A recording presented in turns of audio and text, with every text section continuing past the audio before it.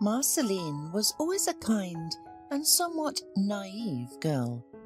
During her primary school years, she began fainting, and doctors soon discovered that she had a heart defect. They warned Marceline and her parents that she might not live to adulthood. Despite this, Marceline was determined not to leave this world so soon. At age 17, Marceline fell in love with Paul, married him at 19, and found out she was pregnant at 20. Doctors categorically forbade her from giving birth, warning her of the risks to both her and the child. "Do you understand what a risk this is? Both you and the child can die," frowned the obstetrician-gynecologist, urging Marceline to stop the pregnancy. When a woman carries a child, her heart and blood vessels experience tremendous stress. Only a healthy body can cope with it, not yours. But Marceline couldn't imagine getting rid of her beloved child, even though her husband discouraged her from taking such a step. He was worried about his wife, but the young woman was determined. As predicted, Marceline's pregnancy was difficult, and she gave birth prematurely. Doctors had to bring her back from the brink of death, but the son was born healthy. Soon Marceline recovered. From that moment, their small family was happy, until one fateful incident. That evening, Marceline was waiting for her husband and son to come home. Paul was supposed to pick up their child from the football session, where he went after school. Marceline was humming a pop song that got stuck in her head like an old record. She was setting the table, anticipating a family dinner. It was Friday, so it was their tradition. After dinner, they usually played board games. Marceline looked at the clock for the 5th time. Her husband and son were delayed. At that moment, her phone rang. The woman smiled, noticing that her son had called. Ever since Edward got a phone, he used any excuse to call his parents. "Hello, Edward, where are you? Why are you late?" asked his mother. "Mum!"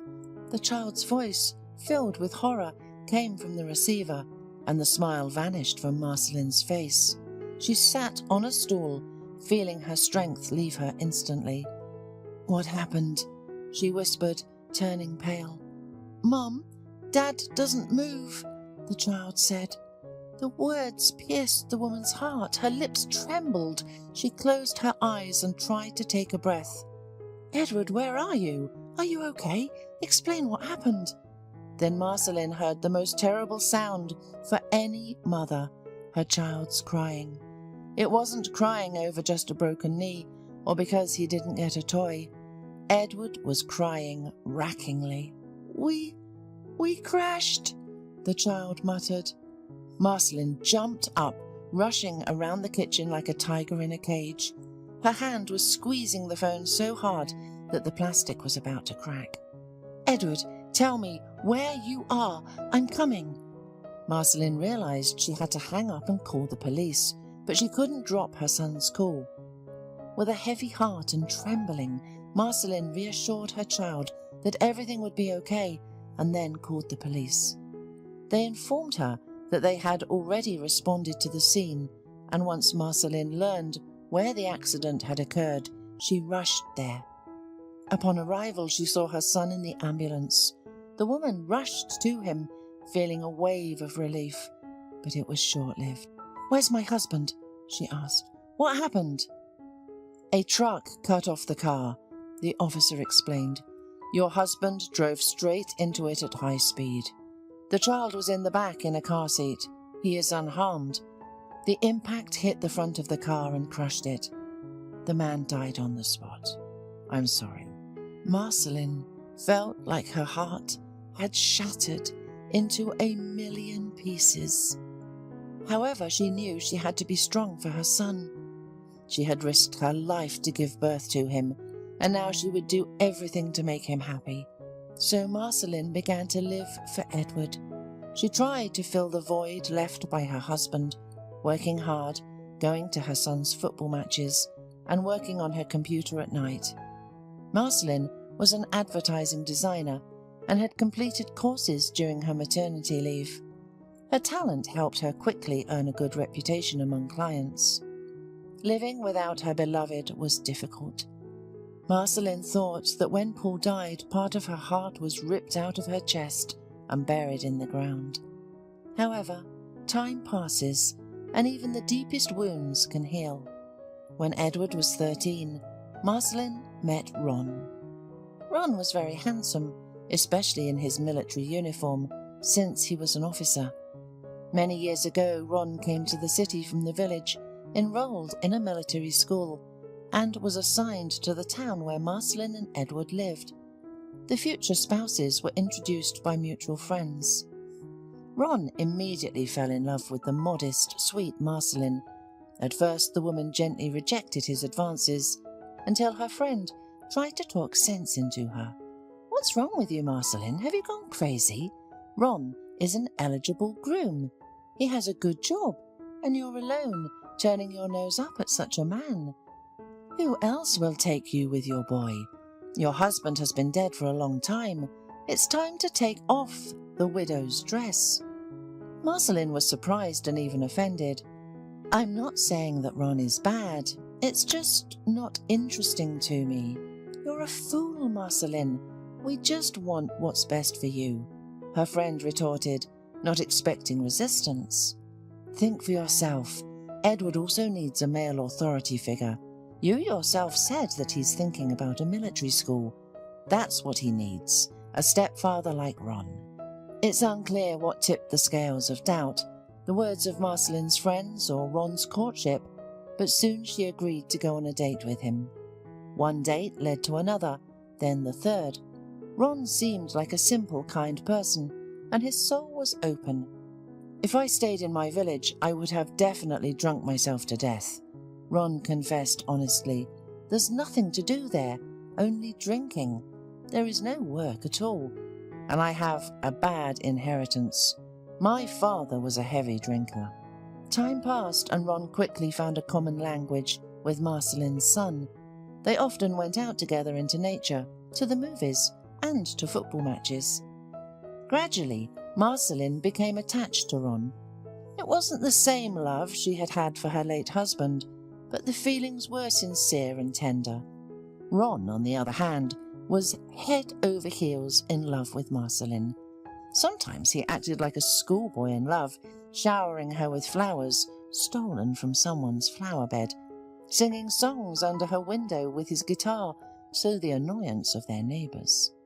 At night he wrote her name on the pavement so she could see his artwork from the window in the morning. After a year, Ron found out he was being transferred to a new duty station. So without hesitation, he got down on one knee and proposed to Marceline. "I want to take you and Edward with me," he said, looking into Marceline's eyes. "I can't live without you." Marceline consulted her son because she couldn't make such a decision alone. After all, relocation and a new school could be a tough challenge for a teenager. However, kind-hearted Edward just hugged his mum and congratulated her. "Of course, Mum. Say yes." Edward confidently nodded. "Ron cherishes you. I want you to be happy. Besides, I like him too." But before saying the coveted yes, Marceline sat opposite her fiancé to talk seriously. "I won't be able to give you a child," the woman admitted. "Firstly, I am no longer young, and secondly, I was forbidden to give birth even to my first one. Nowadays, everything seems not so scary, but I remember how I suffered during pregnancy and childbirth. I could die." Ron kissed her hands. "We have Edward, so I will have an heir after all." He smiled. "Trust me, everything will be fine." His words melted the woman's heart. She was tired of being alone, carrying everything on her shoulders like a pack horse. Of course, Edward helped her. He was a wonderful son. However, sometimes she just wanted to lean on a man's shoulder. So Marceline agreed. At first, everything went great, except that Ron drank more often on his new duty station. He usually drank with his military mates and came home swaying.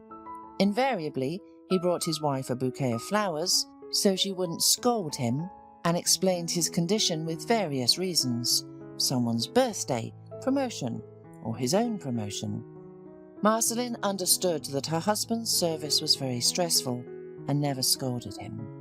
After all, he didn't drink and rage at home, so why get upset or angry? Family problems began later. When Edward turned 15, he became a copy of his father. When Ron's family was invited to a colleague's anniversary party, one of the wives managed to make an inappropriate joke, not realizing what wound in Ron's heart she had opened. "I wonder who your son takes after. Such a handsome man turned out. He looks like a Hollywood star. Not your breed at all," she announced in a loud voice and winked at Ron. The man joked then, but for the whole evening he was gloomy and thoughtful. After that incident, something changed within him. He had only just realized that he was raising someone else's son and did not have a child of his own. He started arguing with his wife, constantly reproaching her for not wanting to have a child with him and persuading her to take this step. "Tell me, don't you love me?" Ron would say. "Do you really value your dead husband more than me? I'm alive, Marceline, and I love you. I cherish you. And what you? I warned you that it's dangerous for my health. Women should give birth before 30, and with my heart it's not recommended to have a child at all. But you gave birth to Edward. Was it because you loved your first husband more, huh? Everyone might be laughing at me now. I'm raising someone else's son." Time passed, and Ron would either argue with his wife or try to persuade her with kind words. He would tell her how much he dreamed of having a child and how happy she would make him. In the end, Marceline gave in. When Marceline became pregnant again, she went to the doctor after the 3rd month, fearing that she would be forced to terminate it. The pregnancy went smoothly, which surprised Marceline. There weren't even any surprises like morning sickness or swollen legs. By the 9th month, Marceline had calmed down, preparing to meet her daughter. However, it turned out that the easy path can lead to the abyss, while climbing through thorns can lead to stars. Marceline did not survive the birth, and complications arose. The doctors couldn't save her. However, the baby survived. She was a little girl, small and fragile, like a delicate butterfly. She was named Lucy, as her mother had said before she passed away. Unfortunately for Lucy, she lost not only her mother, but also her father on the day of her birth. Ron, having lost his beloved wife, began to search for someone to blame for her death. Deep down he knew he was to blame for everything, but he couldn't admit it. At first he blamed the doctors and demanded a trial, but there were no medical errors. Then he found another scapegoat, his own newborn daughter. The father was angry with the baby. Meanwhile, Edward had completed his 1st year at military school. He came home for his mother's funeral, and he was the one who had to take care of Lucy. Ron never came near her. He seemed to have forgotten about her existence. Ron just drank, drowning in alcohol in his grief. Edward, who himself was in pain, thought that his stepfather was also going through a difficult time, so he did not ask why. He, not Ron, was changing diapers and making formula to feed Lucy. However, soon Edward realized that the problem was much deeper than he thought. That evening there was a suffocating silence in the apartment. Ron was drinking again, sitting in the kitchen. Edward was frying potatoes for dinner when he heard the baby cry. The young man immediately left the kitchen and went to his room. He dragged the baby's crib there to keep a closer eye on Lucy. However, his stepfather's voice made him stop in his tracks. It sounded scarier than the baby's cries. "I wish that brat was never born," he said hoarsely. "You know, I'm thinking of putting her in an orphanage." "What?" Edward turned around, thinking he had misheard. The man knocked back his shot, sniffed a piece of lemon before tossing it into his mouth. I can't stand to look at her. Don't want to touch her. What's the point of her being here? Nobody needs her, he said. I need her. Edward clenched his fists. Just try to take Lucy away from here. Ron looked at his stepson with reddened, cloudy eyes. What are you talking about? She killed your mother, he barked, slamming his fist on the table. You demanded a child from her, he yelled back, so you're to blame. Ron tried to get up from the table in anger, with the clear intention of teaching his stepson a lesson, but his body failed him, causing him to stumble and fall back onto the chair. Lucy was still crying, calling for her brother, as she knew no other warmth. Edward rushed to his little sister. He took the baby in his arms, seeing that her face was already red from tears. Hush, little sister, he muttered. I won't let anyone hurt you. Listening to her brother's heartbeat, Lucy fell asleep again. However, Edward did not return to the kitchen. He locked himself in his room and sat there until morning, not letting the baby out of his sight. He thought a lot. When it's summer and you're a handsome 19-year-old guy, you want to enjoy your youth, go to nightclubs, have fun, and make new acquaintances. However, Edward's future was different. That night, he made a difficult decision for himself. He took an academic leave from the military school, intending to take care of his younger sister. He hoped that in a year, when the baby grows up, his stepfather will come to his senses. He must be going through terrible stress from losing his wife right now. He needs time, Edward thought. However, he did not understand why no one gave him that time for grieving. He also lost the closest person. Only Edward was a real son of his mother and did not allow himself to drown in sorrow. Just as Marceline found salvation in her child, Edward found solace in Lucy. Meanwhile, Ron did not get any better. He was constantly dissatisfied with his children. He continued to drink and curse. The man never helped his stepson with his daughter. Ron was away for a long time on duty. Once every 3 months he brought some food, gave his stepson a little money, and accompanied it with comments. You'd die here without me, huh? Then he nodded at his daughter. And what's she screaming about again? Is she retarded or something? Edward felt sick of being dependent on his stepfather. Soon he realized that things couldn't go on like this. There was no talk of returning to military school. Ron wouldn't pay for a nanny, and Edward didn't have the money, so he dropped the idea of becoming a soldier. Edward started thinking about what he was good at and where he could work without leaving home. The answer, as it turned out, was right in front of him.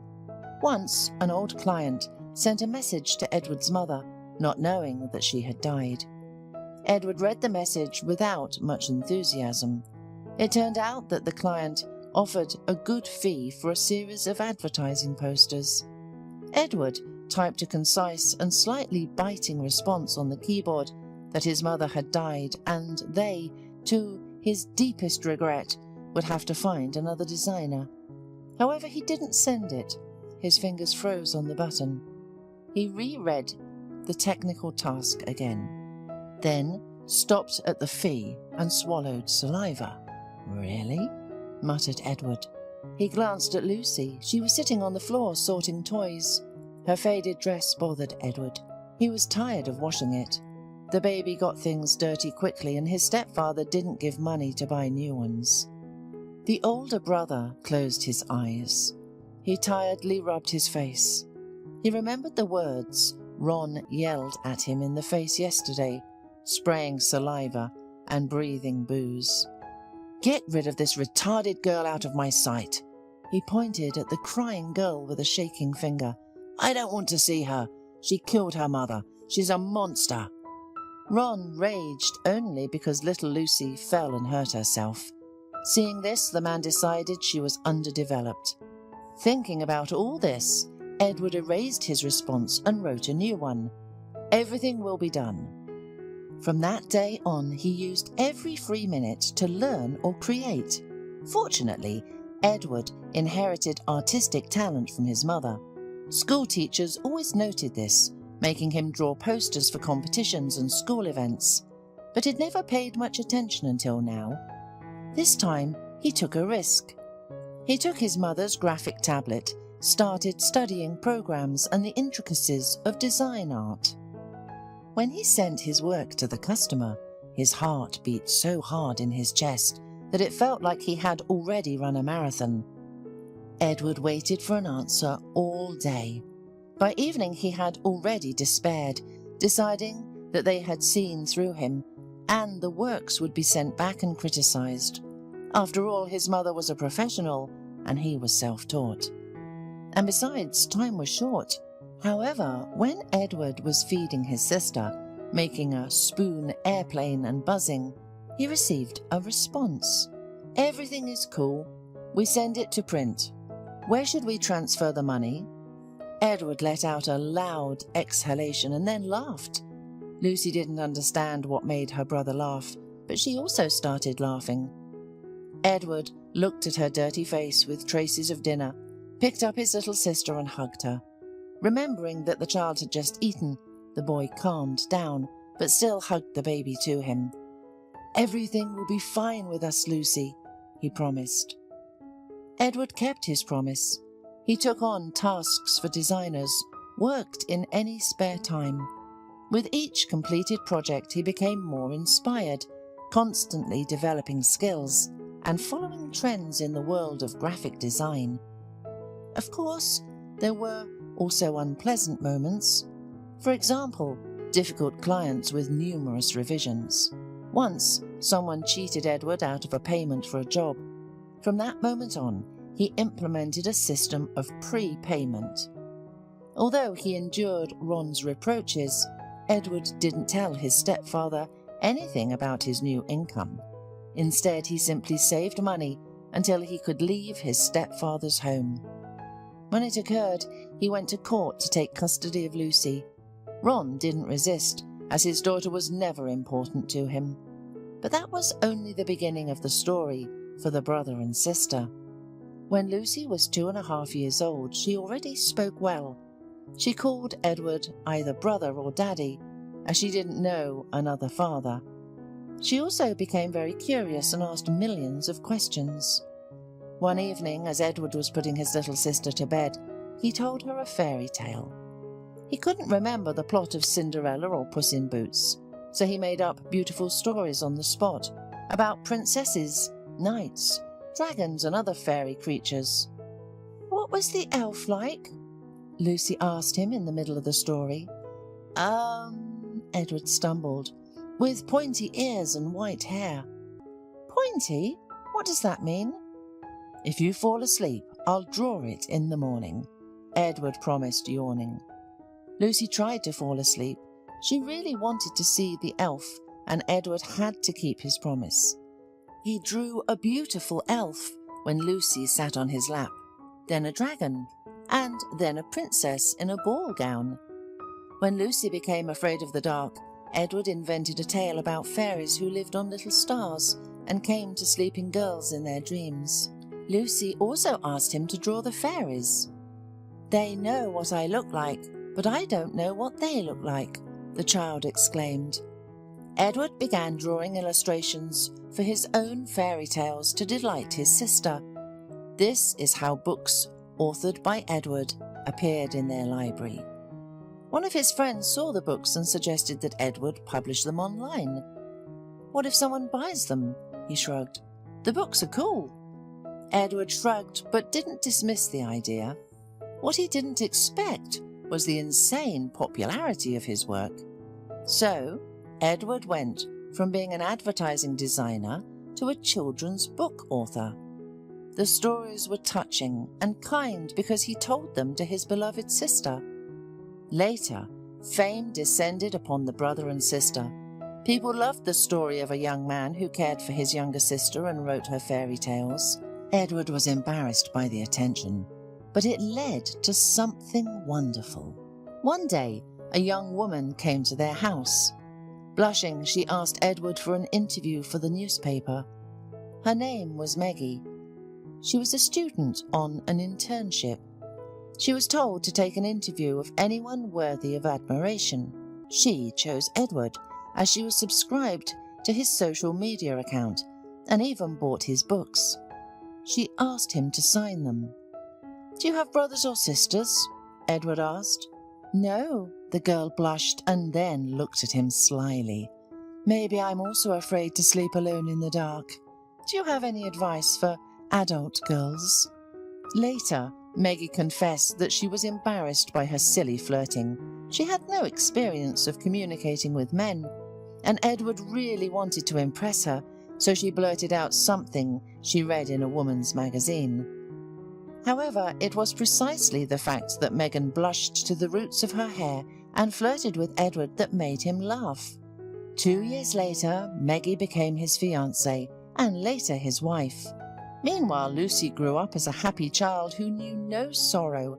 Although she didn't have parents, her brother replaced them all. He sacrificed a lot just to make her smile. A child's smile is worth all the treasure of this world. At least that's what Edward thought. And fate rewarded him in the end.